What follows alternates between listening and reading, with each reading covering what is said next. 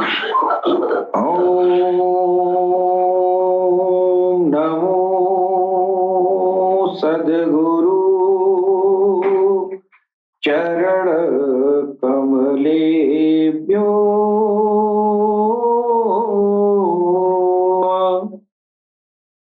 ओम नमो सद्गुरु चरण कमलेभ्यो नमः। ओम नमो सद्गुरु चरण कमलेभ्यो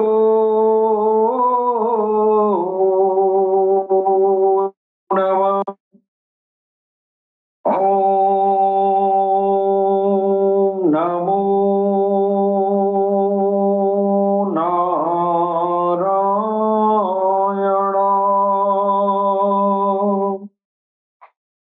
ओम नमो नारायणाय।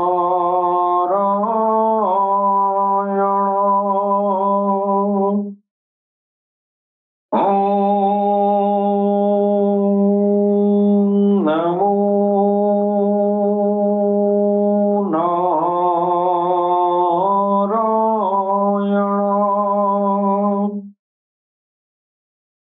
ओम श्री कालकी वैष्णवे नमः। ओम श्री कालकी वैष्णवे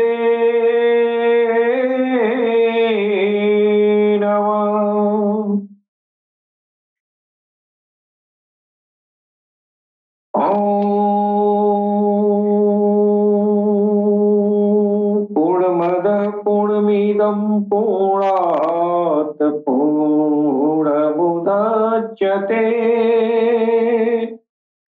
पूर्णस्य पूर्णमेवावशिष्यते।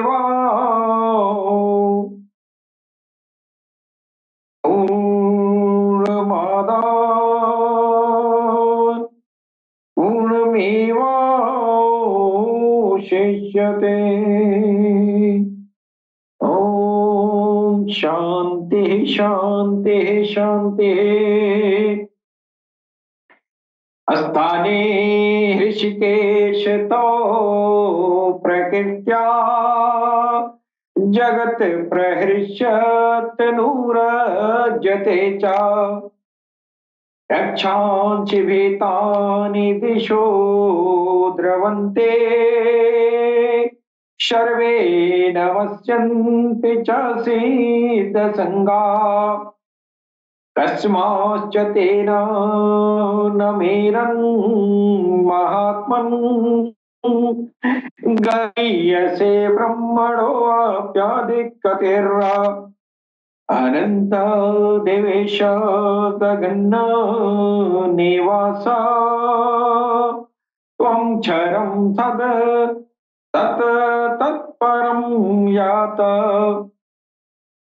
त्वमादिदेव पुरुषः पुराण त्वमस्य विश्वस्य परं निधानम् वेताशिवेद्यं च पुरं च धाम त्वया ततं विश्वमनन्तरूप वायुर्गमो अग्नि वरुणः शशाङ्का प्रजापतिस्त्वं प्रपितामहश्च नमो नमस्तेस्तु सहस्रकृत्वा सम पुनश्च भूयोऽपि नमो नमस्ते नमः पुरस्तात् तथ पृष्ठतस्ते नमोऽस्तु ते सर्वत्वेव सर्व अनंत विरजामि तवेकमस्तवम् सर्वसमाप्नोषि तत्त्वसि सर्व सखेति मत्वा प्रसभं यदुक्तं हे कृष्ण हे यादव हे सखेति अजानता महिमानं तवेदं मया प्रमादात् प्रणयेन वापि यच्चावः सारथं सत्कृतो असि विहारशय्यासनो जनेषु एकोऽथवाप्यच्युत तत् समक्षं तत्क्षामये त्वामहं प्रमेयम् विद्धास्य लोकस्य चाचरश्च त्वमश्च भूयश्च गुरुर्गर्यान् न तत् समोऽस्तव्याधिक कुतो अन्यो लोकत्रये अप्यप्रतिम प्रभाव तत्माश्च प्राणं यप्राणिधाय कायं प्रसादये त्वामहमीशमीयम् पितेव पुत्रस्य सखेव सख्यो प्रिय प्रियहर्षिदेव शोढुम् यदा यदा हि धर्मस्य ग्लानिर्भवति भारत अभ्युत्थानं धर्मस्य तदात्मानं सृजाम्यहम् परित्राणाय साधूनां विनाशाय च दुष्कृतां धर्म संस्थापनार्थाय संभवामि युगे युगे तेजोऽसि तेजो महिधे वीर्यवशे वीर्यवैधे बलवशे बलं महिधे ओजो योजो महिधे पश्ये मुशरदा शतम् दिवे मुशरदा शतम् हृदयामुशरदा शतम् प्रब्रुवामुशरदा शतम् अधिनाहस्यामुशरदा शतम् भूयश्च शरदा शता ॐ शं नो मित्र संवरुण शं नो भवत्वर्यमा शं नो इन्द्रो बृहस्पतिः शं नो विष्णु रुरुक्रमः ॐ शान्तिः शान्तिः शान्तिः वक्रतुंड महाकाय सूर्यकोटि संप्रभ निर्विघ्नं कुरु मे देवं सर्वकार्येषु सर्वदा ॐ गंगणपतये नमः ॐ गंगणपतये नमः ॐ गंगणपतये नमः। सबसे पहले हम अपने भगवान सैयदी यूनुस अल-बहर जी महाराज के चरण कमलों में भगवान श्री राम की धरती से मैं कोटि कोटि नमन करता हूँ। तत्पश्चात हमारे जितने भी भाई बंधु जो पूरी दुनिया में प्यार और मोहब्बत का पैगाम सारी इंसानियत के दिलों तक पहुंचाते हैं, उन सभी भाई बंधुओं को मैं सर नवा कर प्रणाम करता हूँ। मित्रों, हम अलरा टीवी के प्लेटफॉर्म से ऑल इंडिया हावर के प्रोग्राम के जरिए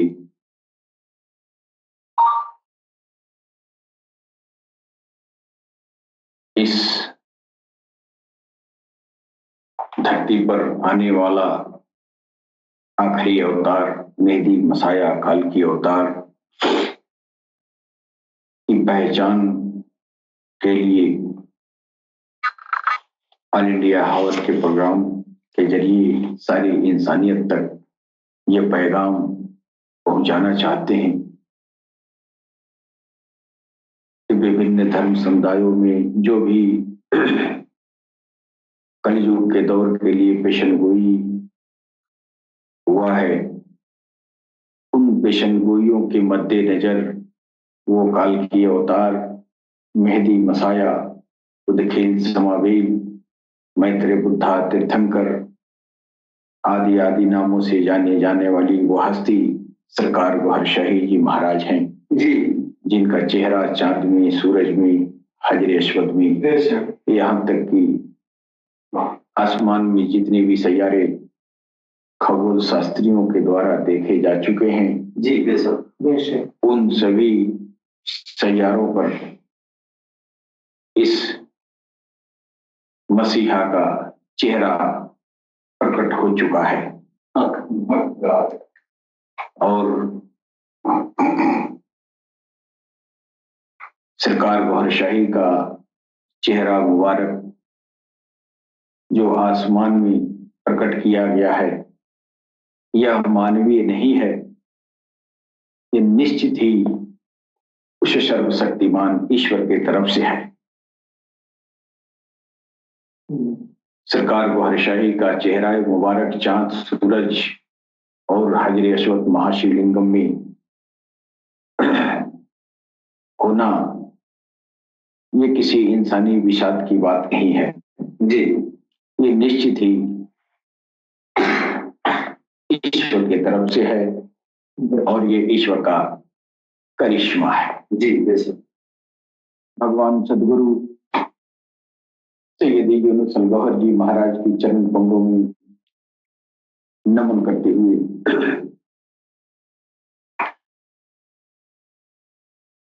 हमारे सभी सुनने वाले भाई बंधुओं को मैं प्रणाम करता हूं और साथ ही आज हमारे गरीब खाने में पधारे हुए हमारे परम मित्रगण जौनपुर से हरी भाई और हमारे मोतिहारी से हमारे रियाज भाई तशरीफ फरमा है, हमारे वरिष्ठ भाई हमारे मास्टर साहब मुजीबुल्लाह साहब, क्या नाम है आपका, मोती रहमान साहब। बड़ी खुशी की बात है कि आज इस हमारे घर जो है इस गरीब खाने में हमको सेवा का मौका दिए, इसके लिए आप लोगों को बहुत बहुत शुक्रिया।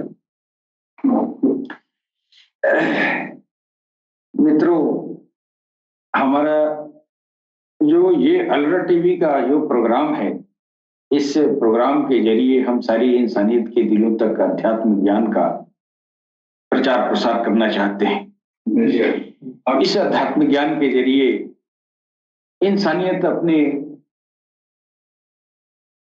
रहबर को पहचान ले, अपने उद्धारकर्ता को पहचान ले, अपने कल्याणकर्ता को पहचान ले, अपने पालनहार को पहचान ले। कहा गया है हमारे सनातन धर्म में ईश्वर के 3 रूप हैं, त्रिदेव कहा जाता है, ब्रह्मा विष्णु महेश। ब्रह्मा इस सृष्टि का रचना करता है, वाह क्या बात, और विष्णु उसका पालन करता है, पोषण करता है,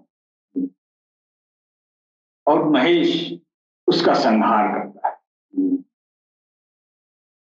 तो इससे ये इससे जो मुराद है, इंसानियत इसको ठीक से नहीं समझ पाती है। ब्रह्मा, विष्णु, महेश, एक ही ईश्वर के तीन स्वरूप क्यों हैं? ईश्वर जब वो पैदा करता है सृष्टि को, तो वो सृष्टिकर्ता कहलाता है। उसका एक अलग उसका वजूद है। उस वजूद को हम ब्रह्मा कहते हैं जी। वो ब्रह्म है, इसलिए ब्रह्म सृष्टि से संबंधित है। यानी ईश्वर का वो स्वरूप जो सृष्टि किया, वो ब्रह्मा है। उसी को अल्लाह कहते हैं। क्या बात! अल्लाह नहीं, इलाह कहते हैं। अल्लाह में तो तीन हो जाएगा। अल्लाह में तो ब्रह्मा, विष्णु, महेश तीन हो गया। लेकिन जब वो सृष्टि किया, इस मखलूक को बनाया, अब वो इलाह हो गया, है कि नहीं? इसीलिए कहा जाता है ला इलाहा इल्लल्लाह, यानी इस सृष्टिकर्ता के अलावा कोई सृष्टिकर्ता नहीं है। लेकिन जमाना क्या समझता है कि अल्लाह के अलावा कोई अल्लाह नहीं, अल्लाह के अलावा कोई अल्लाह है ही नहीं है जी, तो कहने क्या जरूरत है कि नहीं? लेकिन तुम्हारे ख्याल में ये न आए कि ये सारे जमाने, ये सारी दुनिया को बनाने वाला जो ब्रह्मा है ना, इसके अलावा कोई इसमें कोई शरीक नहीं है इस सृष्टि को बनाने में। लेकिन ब्रह्मा तो कई हैं, ब्रह्मा तो लाखों हैं। एक बार कृष्ण ने जो है, कृष्ण का इम्तिहान लेने ब्रह्मा आया। कृष्ण जमीन पर थे। वाह वाह वाह! कृष्ण जमीन पर थे और वो जो है यहाँ रासलीला रचा रहे थे, है ना? आत्माओं के पोषण में लगे थे, है ना? यहाँ जो है इंसानियत के दिलों को सींच रहे थे। इंसानियत का ये दिलों को, उनकी रूहों को, उनकी आत्माओं को चमका रहे थे, दमका रहे थे कि ब्रह्मा के कोप से ये बच जाएगा, ये जाएगा प्राणी। तो ब्रह्मा ने स्वर्ग नरक बना के रखा है, ये ब्रह्मा के सामने जाएगा, ये चमकता दमकता जाए ताकि मेरा ब्रह्मा इसको सजा देने को मजबूर ना हो जाए। इसलिए कृष्ण जो है पालन कर रहे हैं। किसका पालन कर रहे हैं? आत्माओं का, आत्माओं का पालन कर रहे हैं। और ब्रह्मा आ गया यहां देखने की वो कृष्ण गए हैं, आखिर वो कर क्या रहे हैं जरा देखें। तो जब जमीन पर आए, भागवत पुराण का ये कहानी है, जब जमीन पर आए ब्रह्मा ने, तो कृष्ण का इम्तिहान लेना शुरू कर दिया। कृष्ण का इम्तिहान लेना शुरू कर दिया। तो अब कृष्ण तो कृष्ण थे, तो कृष्ण ने देखा कि अरे ये तो मेरे ही वजूद में से निकल के आया और ये हमारी पराकाष्ठा को जानता नहीं है। और इसी के दुनिया में हम घुस गए। हम आ गए प्राणियों की रक्षा के लिए, आत्माओं को कि ये इसके कोप से बचाने के लिए, और ये हमको अभी भी नहीं पहचान पा रहा। तो उन्होंने ऐसा माया दिखाया कि वो गायें चरा रहे थे और बहुत सारे करोड़ों की संख्या में ब्रह्मा हाथ एक पैर पर खड़ा होकर हाथ जोड़ के खड़ा है। जब ये ब्रह्मा देखा इस सृष्टि का रचने वाला, तो वो सर पकड़ लिया, कहा कि हे प्रभु, मैं आपकी माया को नहीं समझ पाया। मैं आपकी माया को मैं समझ नहीं पाया। हे प्रभु, आप हैं कौन? तो कृष्ण ने कहा, मैं पालनहार हूं, मैं पालनहार हूं। जो आपने ये सृष्टि रच दिया और इस माया में डाल दिया, और माया में आप जो है ये प्राणी जो है विवश है, इस विवश प्राणी के लिए मैं उद्धार करने के लिए आया हूं। इसलिए उद्धार कैसे कर रहे हैं? उद्धार कर रहे हैं, गीता के चौथे अध्याय में लिख रहे हैं, इमं विवस्वते योगम प्रोक्तवाहनम व्ययम विवस्वान मनवे प्रा मनुरिच्छवा कवे ब्रवीत। यानी मैं ऐसा ज्ञान इस प्राणी को देने आया हूं जिस ज्ञान के जरिए इसकी आत्मा चमकीली दमकीली हो जाएगी। ऐ ब्रह्मा, तुम मजबूर हो जाएगी इसको बख्शिश करने के लिए, तुम मजबूर हो जाएगा बख्शिश के लिए, बख्श देने के लिए जो ये माया रचा हुआ है। तो मैं पालन करता हूं, मैं पालन करता हूं, मैं आत्माओं का पालन करता हूं, है कि नहीं? और जब ये धरती का ये सारा ये काम पूरा हो जाएगा, आयु पूरी हो जाएगी, वक्त पूरा हो जाएगा, तब जो है वो ईश्वर जो है, वही ब्रह्मा जो ईश्वर का एक रूप है, उस ईश्वर का जो तीसरा रूप जो है वो विनाश करने वाला है, महेश का, तो उस रूप में आके और ये ईश्वर जो है सारी प्रकृति का विनाश लीला करेगा। तो एक सृजन किया, एक पालन किया और एक विनाश किया। सृजन, पालन और विनाश सब ये तीन रोल में हो रहा है, तीन रोल में है, यानी चीज एक ही है, ईश्वर एक ही है, लेकिन इस संसार का जो नियमन है वो तीन रूपों में कर रहा है। इसलिए हम किसी को ब्रह्मा कहते हैं, किसी को विष्णु कहते हैं, किसी को महेश कहते हैं, वास्तव में वो है एक है ना? जो वो एक है, जो वो एक है और वो तीन रूपों में यहाँ अपनी ये जो है अभिव्यक्तियां दिखाया, ब्रह्मा के, विष्णु के और महेश के रूप में, है ना? दरअसल वो एक ही है, और जो जिसमें से निकल के आए तीनों, जिसमें से निकल के आए वो नहीं आया, वो नहीं आया। उसकी अभिव्यक्तियां विष्णु की, महेश की और ये जो है ब्रह्मा की अभिव्यक्ति किया तो सृजन कर दिया, विष्णु का अभिव्यक्ति किया तो वो पालन करने लगा। और ये जितने गुरु हैं दुनिया में, जितने गुरु आए हैं सब विष्णु की अभिव्यक्ति में।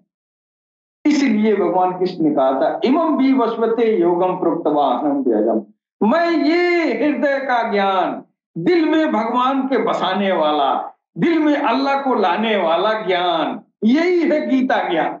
इस ज्ञान को मैंने विवश प्राणियों के हृदय में, विवश प्राणियों को उद्धार करने के लिए दिया। विवश क्यों है भाई? विवश इसलिए है कि ब्रह्मा ने इस दुनिया का रचना कर दिया और यहाँ माया का जाल लगा दिया, और इस जाल में ये प्राणी आकर फंस गया, विवश हो गया ना। अब हमको कृष्ण चाहिए ना, बिना कृष्ण के इस विवशता से हम कैसे निकलेंगे? नहीं निकलेंगे। आप देखिए, आपके साथ नफ्स लगाया गया है, नफ्स के साथ उसके साथ जो है वो खन्नास भी लगा है, चार पंछियां आपको फितरत में डालने के लिए सीने में आपके लतीफों से चिपकी हुई हैं। एक खन्नास हाथी के शकल का दिल और नाभि के बीच में बैठा है। ये तो नफ्स जो है इसके इतने शैतान, इतने इसके सरदार सेनापति हैं, आपके दिल से लेकर दिमाग तक एकदम कब्जा बना कर रखा है। आप माया के जाल में इस तरह फंसे हैं। किसने फंसाया? जिसने बनाया होगा वही फंसाया। जिसने बनाया होगा, सृष्टि किया होगा, ब्रह्मा ने ही फंसाया है। किसको फंसाया? इन प्राणियों को, प्राणियों को फंसाया ना, कि बनाया इन प्राणियों को वहीं पे, कहा कुन हो जा। हमारे सनातन धर्म में लोग कहते हैं कि ये जो है ये फला इंसान ब्रह्मा के मुख से पैदा हुआ है ना। तो ब्रह्मा के मुख से पैदा होने का मतलब जानते हैं क्या हुआ? ये जो नहीं जानते वो कहता है कि ब्रह्मा जी के मुंह से मने बच्चे निकलते थे। ऐसा नहीं है।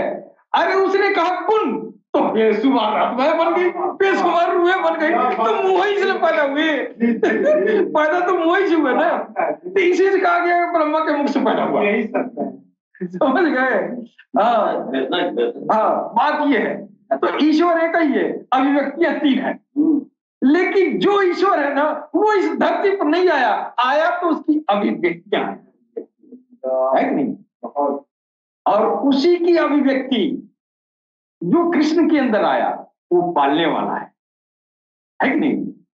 अब तक जितने भी, कृष्ण ने कहा कि ये जो गीता मैं कह रहा हूं ना, ये गीता मेरे से पहले भी गाई गई, यानी ये अध्यात्म ज्ञान पहले भी दिया किसने दिया? मैंने दिया।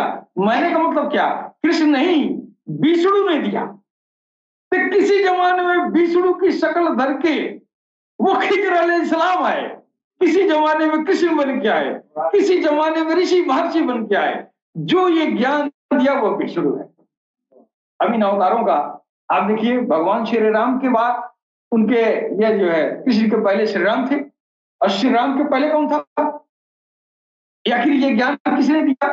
और ये कह रहे हैं कि लोग, ये नया बात नहीं है, नया गीत नहीं गा रहे हैं, ये आता आ रहा है पिछले अदवार से।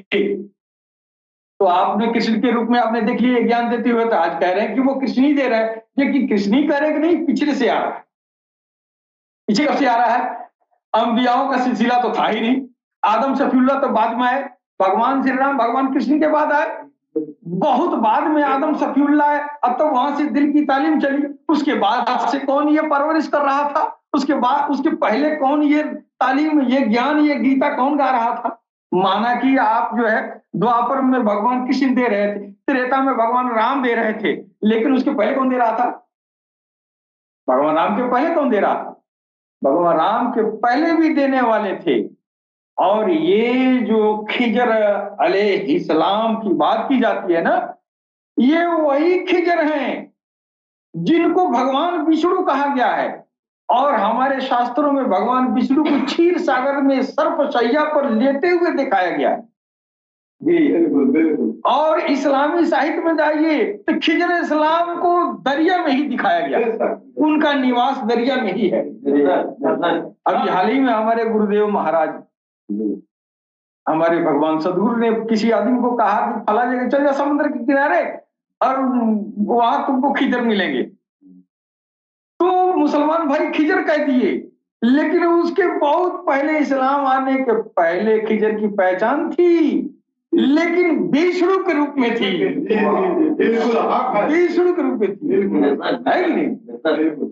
अब देखिए, ऐसा नहीं कि हर दौर में यह काम, ये पालन का काम विष्णु ही करें, है कि नहीं? इसलिए कि इस काम को करने वाला कौन सा काम? आत्मा को चमकाने वाला, ब्रह्मा के कोप से बचाने का काम, कि आत्माएं सजा न पाए, ईश्वर के कोप में, ब्रह्मा के कोप में न जाने पाए, उसके कोप से बचाने के लिए उसी की अभिव्यक्ति यहाँ आया कि और लोगों की रक्षा किया। एक अभिव्यक्ति पैदा कर रही है, एक अभिव्यक्ति उसी की पालन कर रही है, और एक अभिव्यक्ति विनाश भी कर रही है। हो रहे हैं? तो ये हर दौर में वो विष्णु जो है, हर दौर में शुरू से रहा, शुरू से ही ये विष्णु का, यानी ईश्वर का एक ऐसा प्रतिरूप जो प्राणियों को पालन भी करता रहा, एक प्रतिरूप पैदा करता रहा, सृष्टि कर दिया। वो तो सृष्टि करके गंवा गया, बैठा हुआ है, अब उसका दूसरा काम नहीं है। अब वो सृष्टि कर दिया है, जितना दिन मियाद रख दिया है उतना पूरा करके फिर खत्म कर देगा, फिर स्वर्ग नरक में ले आके ठेल देगा, जिसको जहां जाना है जा, है? वो ब्रह्मा को उतना ही काम है। अब ब्रह्मा जी आपको दूसरा कुछ नहीं कर सकते हैं जी, हाँ, उसकी वही काम है, उसकी वही फितरत है। अब वो करेगा, कौन करेगा? विष्णु करेगा। अब विष्णु जो थे ना, अब इस जमाने में वो खुद अपनी कृति को अब आखिरी दौर में ना, यानी सारे अवतार पैगंबर विष्णु को रोल करके चले जाएंगे, उसके बाद भी प्राणी इसी माया में फंसे रहेंगे, है ना? आखिरी में उसका कोई मददगार है, बिल्कुल। किसका? आखिरी में वो किसका? विष्णु का मददगार आएगा। इसलिए कि विष्णु के रूप में पालन करता आया ना, पालन करते करते और वक्त गुजर भी गया, सारे युग खत्म हो गए, सारे अवतार खत्म हो गए, नबी चले गए, जितने पैगंबर थे, अंबिया थे, सबका कोटा पूरा। उसके बाद भी काम सुधार का नहीं हुआ, आत्माएं चमकी नहीं। सारे अवतार पैगंबर यही करते रहे ना, सब लोगों का एक ही काम था, आत्मा को चमकाना, आत्मा को दबकाना और ब्रह्मा के कोप से बचाना, है कि नहीं? हाँ, तो अब वो सारे लोग चले गए। आखिरी में सारे धर्मों ने पेशन गोई किया कि एक ऐसा आएगा, वाह वाह, क्या बात है। एक ऐसा आएगा जो ब्रह्मा विष्णु महेश से सारे लोग तो उसी में होंगे, लेकिन उसका उसका जो रुतबा होगा वो सबसे अफजल वाला होगा। यानी अब तक ऐसा कोई नहीं आया होगा। क्यों होगा ऐसा? तो उसके अंदर ब्रह्मा भी होगा, विष्णु भी होगा, महेश भी, तीनों होगा ना। वो तीनों की ताकत लेके आएगा। अब इस घोर कलयुग में आत्माएं इस तरह माया में फंसी हैं कि अब ईश्वर के एक अभिव्यक्ति से नैया पार नहीं होगी। अब उसको तीनों अभिव्यक्तियां उसके साथ होनी चाहिए। अब कैसे तीनों अभिव्यक्तियां? अब ईश्वर की एक अभिव्यक्ति जो पालन का था, विष्णु के रूप में सारे गुरु काम किए, सारे अवतार काम किए, सब लोग जो आत्माओं का पोषण किए, लेकिन इस कलयुग में अब पोषण से नहीं काम चलेगा। अब इंसान के नफूस पर कहर लाना पड़ेगा। इंसान के नफूस पर कहर लाने के लिए ईश्वर का वो महेश वाला अभिव्यक्ति जरूरी है। अगर महेश वाली अभिव्यक्ति उसका प्रलाभ आपको नहीं मिले तो आपका नफ्स इतना सर्कस है कि आपके नफ्स पर कहर डालना पड़ेगा, तब जाके इस दौर में नफ्स आपका सुधरेगा। लिहाजा वो कल की अवतार, उसके अंदर भगवान के तीनों अभिव्यक्तियां मौजूद हैं। अगर जिसका नफ्स बहुत सर्कस है तो उसके नफ्स पर कहर भी डालेगा। कहर भी डालेगा, है कि नहीं? अगर वो सृष्टि कालीन, अगर वो जो है धर्मनिष्ठ है, यानी यौम अजल में वो मोमिन है, तो उसको तो पोषण ही कर देगा, उसके पोषण से ही काम चल जाएगा। लेकिन यौम अजल में सृष्टिकालीन वो जहन्नमी है। ब्रह्मा ने कह दिया कि ससुरा तुम जा रहे हो, कुछ करोगे, तुम्हारे ऊपर किसी का इल्म ज्ञान तालीम काम नहीं करेगा। क्यों? यहां तुम मेरा गुस्ताख हो, जाओ घूम के आ जाओ, हुज्जत मत करना, घूम के आ जाओ, तुमको जाना तो है नरके में। ऐसी आत्माओं के लिए काल की अवतार इस दौर में उनके लिए भी उसकी भी बेड़ा पाकर आओ आओ, तू जहन्नमी है। ब्रह्मा ने उसी समय कह दिया, तुमने गुस्ताखी कर दिया, ब्रह्मा को पहचाना नहीं, और उससे गुस्ताखी कर दिया, ब्रह्मा तुमसे नाराज होगा, तुम भी आ जाओ, तेरे साथ जो लोहा का नफ्स लगाया है ना, मैं उस पर हथौड़ा गिराता हूं। कौन सा हथौड़ा? वो कहर वाला। कौन सा कहर वाला? वो महेश वाला जो अभिव्यक्ति है, वो हथौड़ा, उसी का हथौड़ा है कि तुम्हारे ऊपर गिराएंगे, है कि नहीं? हथौड़ा तो उसी का है। किसका? उसी ईश्वर का, उसी अल्लाह का नहीं, हथौड़ा उसी का है। तो नफ्स चूंकि सर्कस है, अब इस दौर में जो है इतने ऐशो आराइश में रहने वाले का नफ्स इतना तगड़ा है, कोई जंगल में जा रहा है तपस्या करने? नहीं जा रहा है। क्यों नहीं जा रहा है? नफ्स इतना तगड़ा है उसका। इतना आप तो आज पिछले जमाने में आप देखिए, साधु महात्मा ऋषि महर्षि, ये वली मुर्शिद जंगल में चले जाते थे, जंगल में जाके तपस्या करते थे। आज कोई जाएगा? नहीं जाएगा, नहीं जाएगा। उस समय जंगल में जाके उम्र गुजारना, दुनिया से मुंह मोड़ के जाना आसान था। क्यों? तो नार उस दौर में, उस वातावरण में कम थी। इस समय तो उसका उछाल इतना, उसका स्कोर बढ़ा हुआ है कि अब इस नार को, ये जो है बचाने के लिए, इस नार से बचने के लिए अब सिर्फ और सिर्फ वही काल की अवतार का वो जो है आपके नफ्स पर कहर ढाएगा। आपका नफ्स जो है, आपका नफ्स वो शांत हो जाएगा। जब नफ्स शांत हुआ तो यही तो है, सारी गीता इसी पर है। सारी गीता इंसान को सुधारने के लिए, इंसान के नफूस को ये कायल करने के लिए आया है। और वो काल की अवतार, और वो अपनी नजरों से आपके नफूस पर कहर ढाएगा, ढा रहा है। ऐसे ऐसे गलीज जो इंसान गुजरे हैं, देखा है मैंने कि जमीन में सटा हुआ आदमी इतना पतित, लेकिन सरकार का जिस दिन नजर पड़ी और उसके दिल पर जो है उसके प्रभु का नाम, भगवान का नाम दाखिल हुआ, उस नाम के जब रगड़ा शुरू हो गया, उस नाम का संकीर्तन शुरू हो गया, फिर उसके जो नाभि आत्मा है, जो उसका नफ्स है, उसमें इतना बेहतरीन सुधार, बिना दबाव का, बिना समझाव बुझाव का, बिना किताब कापी प्रवचन सुनाने का, खुद ब खुद उसका नफ्स कायल हो जाता है। जी बेशक, है कि नहीं? बिल्कुल। तो अब ये जो दौर है, इस दौर के लिए ये कल की अवतार का आना इसलिए था, इस दौर में इंसान अपने नफूस पर विजय नहीं पाएगा किताब पढ़ने से, अपने नफूस पर विजय नहीं पाएगा ये प्रवचन सुनने से, है कि नहीं? तो कहाँ प्रवचन है बताइए? प्रवचन सुनने वाले तो दूर, प्रवचन कहने वाले नफ्स के ताबे में है और निकृष्ट कामों में वो जो है लिप्त पाए जा रहे हैं। अब बताइए नफ्स का क्या हाल है इस दौर के? प्रवचन सुनने वाले तो दूर की बात है, करने वाला नफूस के ताबे में है।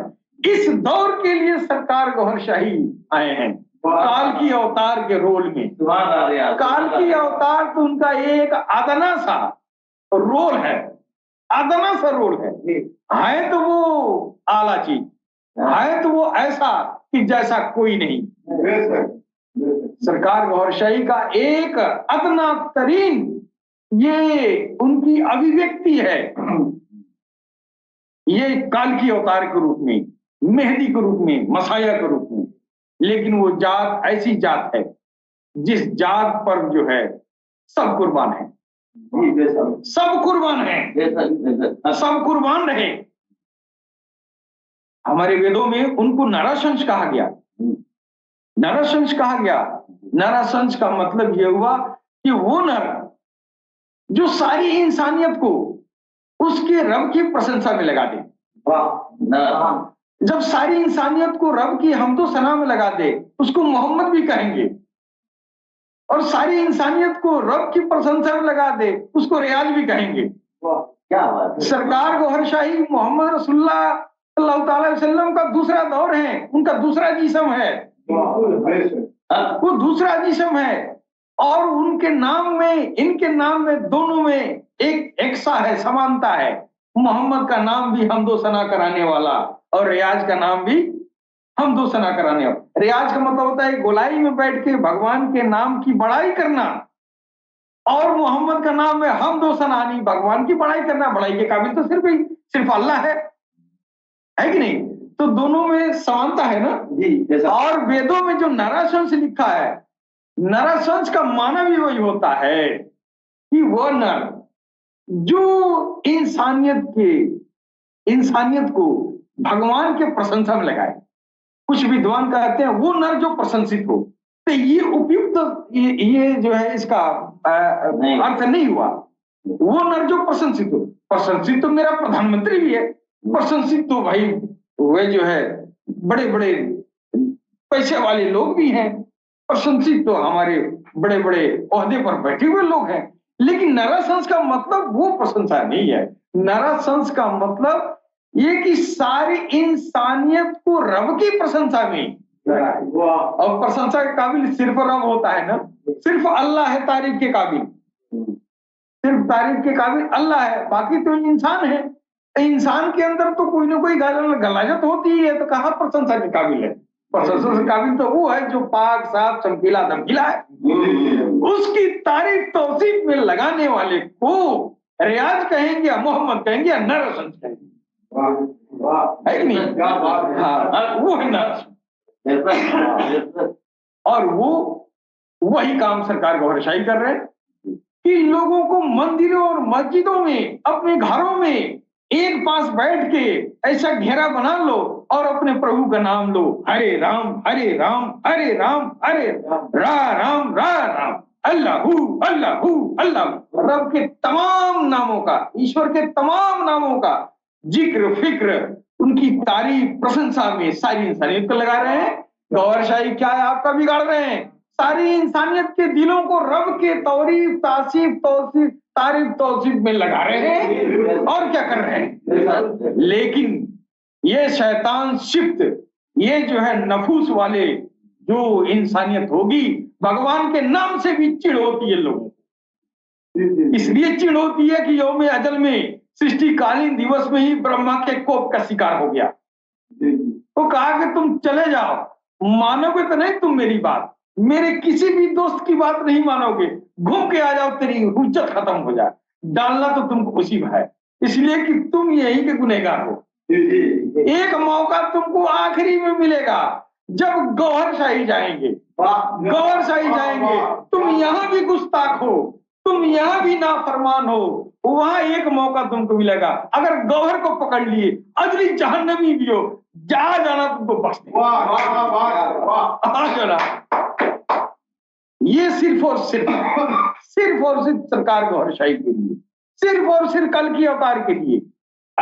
इसी तरह नहीं, काल की अवतार और ये जो है मेहदी मसाया, इमाम मेहदी का, उदखिल का, समाविल का, मैत्रेय बुद्धा तीर्थंकर की तारीफ जो है जुगों जुगों से इसीलिए नहीं की जाती थी। उनका गुण है, उनका सबसे बड़ा गुण तो ये है कि उन आत्माओं को उस ब्रह्मा के कोप से, चंगुल से निकालेंगे जिसके लिए दोजख धड़का के रखा है। कुरान में आया है, जन्नत और दोजख, जन्नत सजाई गई है और दोजख धड़काई जा रही है। उससे बचाने के लिए प्राणियों को आखिरी में काल की अवतार आएंगे और काल की अवतार समस्त बिना शर्त रखे समस्त इंसानियत को उस नरक की आग से बचाएंगे। जो काल की अवतार से सट गया, जो काल की अवतार से जुड़ गया, वो नरक में तो जा ही नहीं सकता। क्यों? काल की अवतार एक ऐसा नूर का, एक ऐसा ज्योति का दिया जला रहे हैं। वो ज्योति की मशीन, वो ज्योति की फैक्ट्री लगा रहे हैं। वो अंदर आपके ज्योति की फैक्ट्री लगा दिया।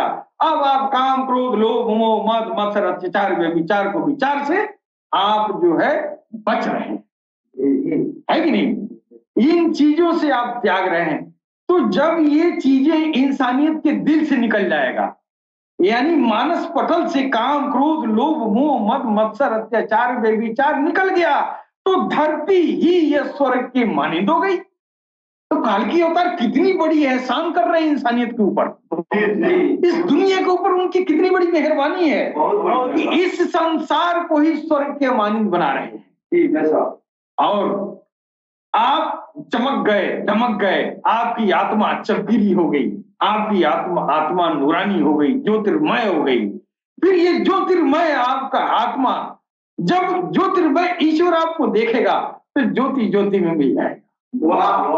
जिस दिन आपकी चमकता हुआ दिल, चमकता हुआ आत्मा ईश्वर ने देख लिया, फिर उसका देखना उसकी झलकियों का पढ़ना है, उसका देखना उसकी तजल्लियों का पढ़ना है। जिस दिन आपकी उसकी तजल्ली पड़ गई, आप उसके दोस्ती में चले गए। यानी सरकार गौहरशाही समस्त इंसानियत को अल्लाह का दोस्त, मित्र, सखा, वली बनाने आए। और सरकार गौहरशाही से जो जुड़ गया, कम से कम अल्लाह का दोस्त हो जाए, कम से कम अल्लाह का दोस्त हो जाए। अधिक से अधिक का अंदाजा नहीं किसी को। क्या बात है, क्या बात है। सरकार गौहरशाही काल की अवतार को सबसे अफजल तरीन अवतार कहा गया। क्यों कहा गया? कि आज के पहले जितने भी अवतार आए, उन लोगों ने जितनी भी मेहरबानियां इंसानियत के ऊपर किया, इन काल की अवतार के मेहरबानियों के आगे वो कुछ भी नहीं है, कुछ भी नहीं है। जितनी बड़ी अता काल की अवतार की, उतनी बड़ी अता तो किसी को थी ही नहीं। और पूछिए क्यों? तो पिछले जमाने में बहुत अपने आप को चिल्ले, मुजाहिदे, जंगल झाड़ी में जाके झोंटा झांपा बढ़ा के साधु, महात्मा, ऋषि, महर्षि कहलाते थे, है कि नहीं? तब जाके ये आपकी ये जो है नाभि आत्मा संतुष्ट होती थी, है, आपका इंद्रिय निग्रह होता था। ये काल के अवतार ने कहा तुम अपने घर में रहो, बीवी बच्चों के साथ रहो, मैं अपनी नजरों से तेरी नाभि आत्मा को संतुष्ट करूंगा। ये अता ही अता है, जिसमें बंदे का कोई हाथ नहीं, बंदे का कोई रोल ही नहीं, सिर्फ अता नजरों की, सिर्फ अता ही अता है, और ऐसी अता कभी नहीं आई। जो अताएं आई थी वो चिल्ले मुजाहिदे वाली आई थी, जंगल झाड़ी में जाकर तपस्या करवाने वाली आई थी। ये अता नहीं आई थी जो नजरों से आपके इंद्रिय निग्रह कर दे, आपके नफूस को पाक कर दे, आपको नफ्से मुतमइन्ना बना दे। ये नजरों से, वो उस नजर का नाम है सरकार गौहर शाही, और वही काल की अवतार है।